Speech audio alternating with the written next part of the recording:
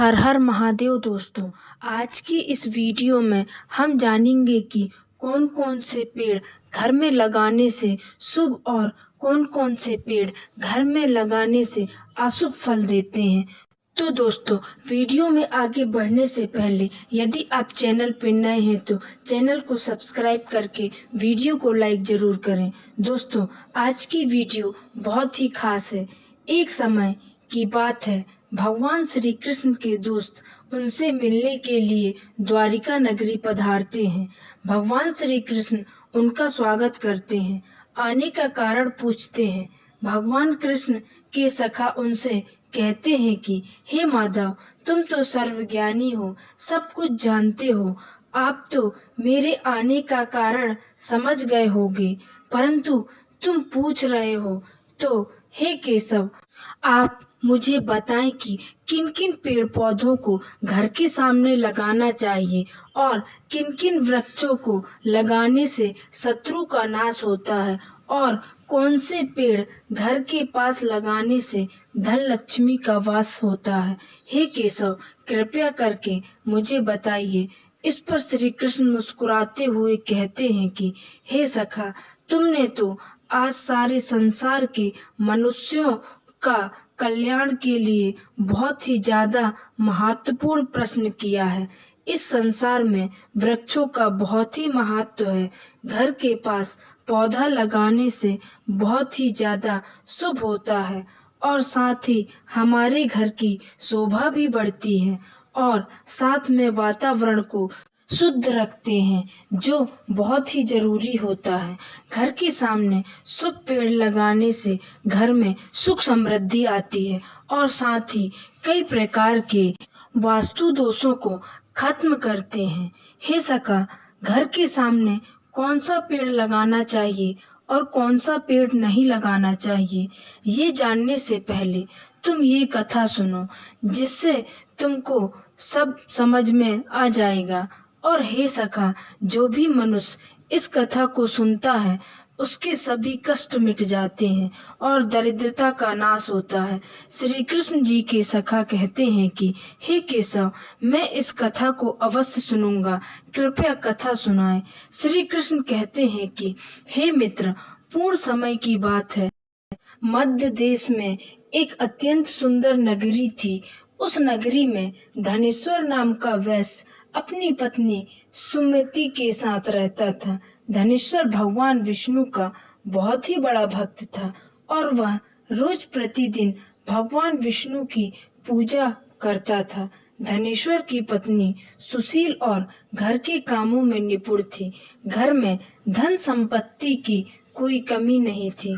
इस प्रकार से कई दिन गुजर जाने के बाद धनेश्वर की पत्नी ने घर के आंगन में कुछ पेड़ पौधे लगाए और रोज उन वृक्षों को पानी देती और उनकी सेवा करती।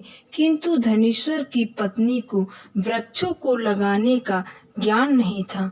उसे जो वृक्ष अच्छे लगे उन्हीं वृक्षों को उन्होंने अपने घर में लगा लिया।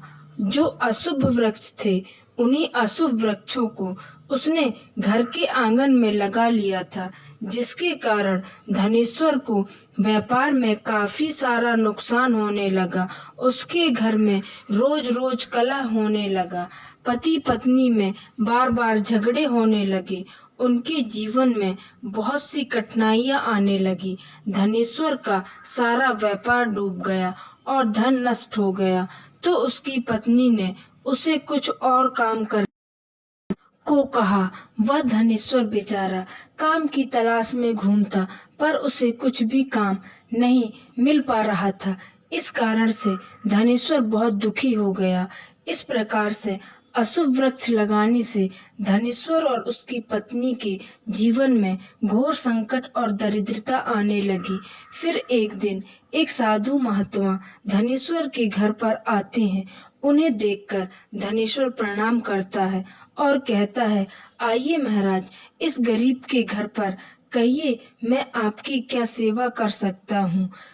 तब साधु महाराज कहते हैं कि मैं तीर्थ यात्रा पर निकला हूँ, मुझे आराम करने के लिए कुछ जगह मिल जाए तो अच्छा होगा और मैं बहुत दिनों से भूखा हूँ, कुछ भोजन मिल जाए तो अच्छा होगा।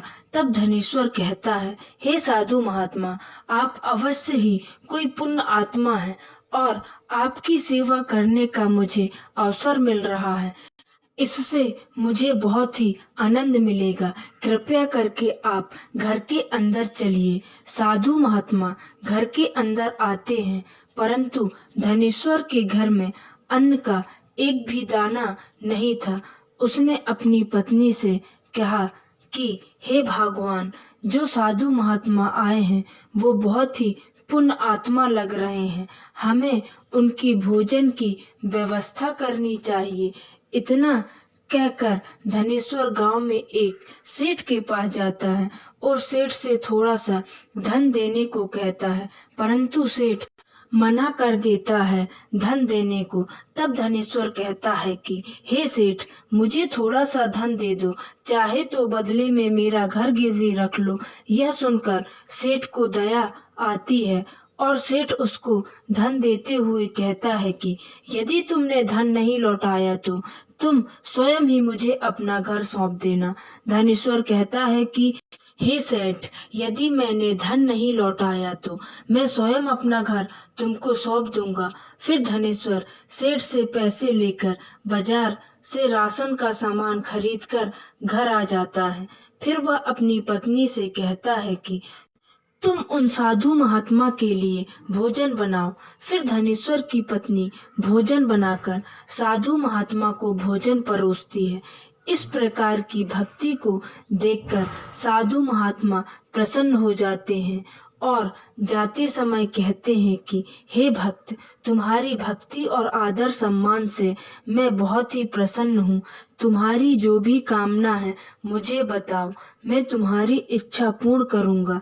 तब धनेश्वर कहता है कि हे महाराज, किस पाप के कारण मुझे दरिद्रता का दुख भोगना पड़ रहा है? हमने तो भगवान विष्णु की भक्ति की है, फिर यह दरिद्रता क्यों आई है? कृपया करके आप बताइए और इस दरिद्रता से कैसे बाहर निकलें, ये भी आप कृपया करके बताइए। तब साधु महात्मा कहने लगे, जब मैं तुम्हारे दरवाजे के सामने आया तभी मुझे पता चल गया कि तुम्हारे जीवन में घोर दरिद्रता और संकट आए हुए हैं, क्योंकि तुम्हारे घर के सामने जो पेड़ पौधे हैं वही तुम्हारी दरिद्रता का कारण है।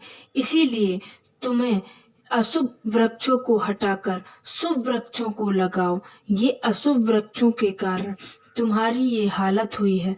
तब धनेश्वर महात्मा जी से कहने लगे कि कौन से वृक्ष घर के सामने लगाना चाहिए और कौन सा नहीं, कृपया करके बताइए। फिर साधु महात्मा कहते हैं कि ठीक है, मैं तुमको उन शुभ वृक्षों के बारे में बताता हूँ जिनको घर के पास लगाने से शुभ फल मिलता है। तब महात्मा कहते हैं कि हे धनेश्वर, किसी जल के पास पीपल का पेड़ लगाने से हजारों यज्ञ के बराबर होता है। जो व्यक्ति रोज नहाकर पीपल के वृक्ष को स्पर्श करता है वह सभी पापों से मुक्त होता है। पीपल को स्पर्श करने से लक्ष्मी की प्राप्ति होती है। पीपल की जड़ में श्री हरि विष्णु होते हैं, तने में शिव जी और अग्रभाग में ब्रह्मा जी का वास होता है। संसार में पीपल के वृक्ष से बढ़कर कोई नहीं है, क्योंकि श्री हरि विष्णु जी इस पीपल के पेड़ पर निवास करते हैं। और जो व्यक्ति पीपल के पेड़ को जड़ से काटता है उनका कभी उद्धार नहीं होता। हे धनेश्वर, दूसरा पेड़ है आंवले का। इसको लगाने से स्त्री और पुरुष जन्म और मृत्यु के बंधन से मुक्त हो जाते हैं। जिस घर के सामने आंवले का वृक्ष होता है वहां पर साक्षात माँ लक्ष्मी नारायण निवास करते हैं। अब दोस्तों जानते हैं कि कौन सा वृक्ष घर के सामने नहीं लगाना चाहिए। तो दोस्तों, ताड़ का वृक्ष घर के सामने नहीं लगाना चाहिए। ताड़ का वृक्ष संतान का नाश करने वाला होता है। जिस घर के पास ताड़ का वृक्ष होता है उस घर के संतान की कभी उन्नति नहीं होती। मनुष्य को कभी भी घर के पास बहेरे का वृक्ष नहीं लगाना चाहिए। इसमें प्रेतों का वास होता है। जो व्यक्ति बहेरे का पेड़ लगाता है वह प्रेत बन जाता है। और हाँ दोस्तों, घर के सामने कभी भी ऐसे पेड़ नहीं लगाना चाहिए जिनसे दूध निकलता हो। तो दोस्तों, इस वीडियो में बस इतना ही। फिर मिलते हैं नेक्स्ट वीडियो में। तब तक के लिए धन्यवाद।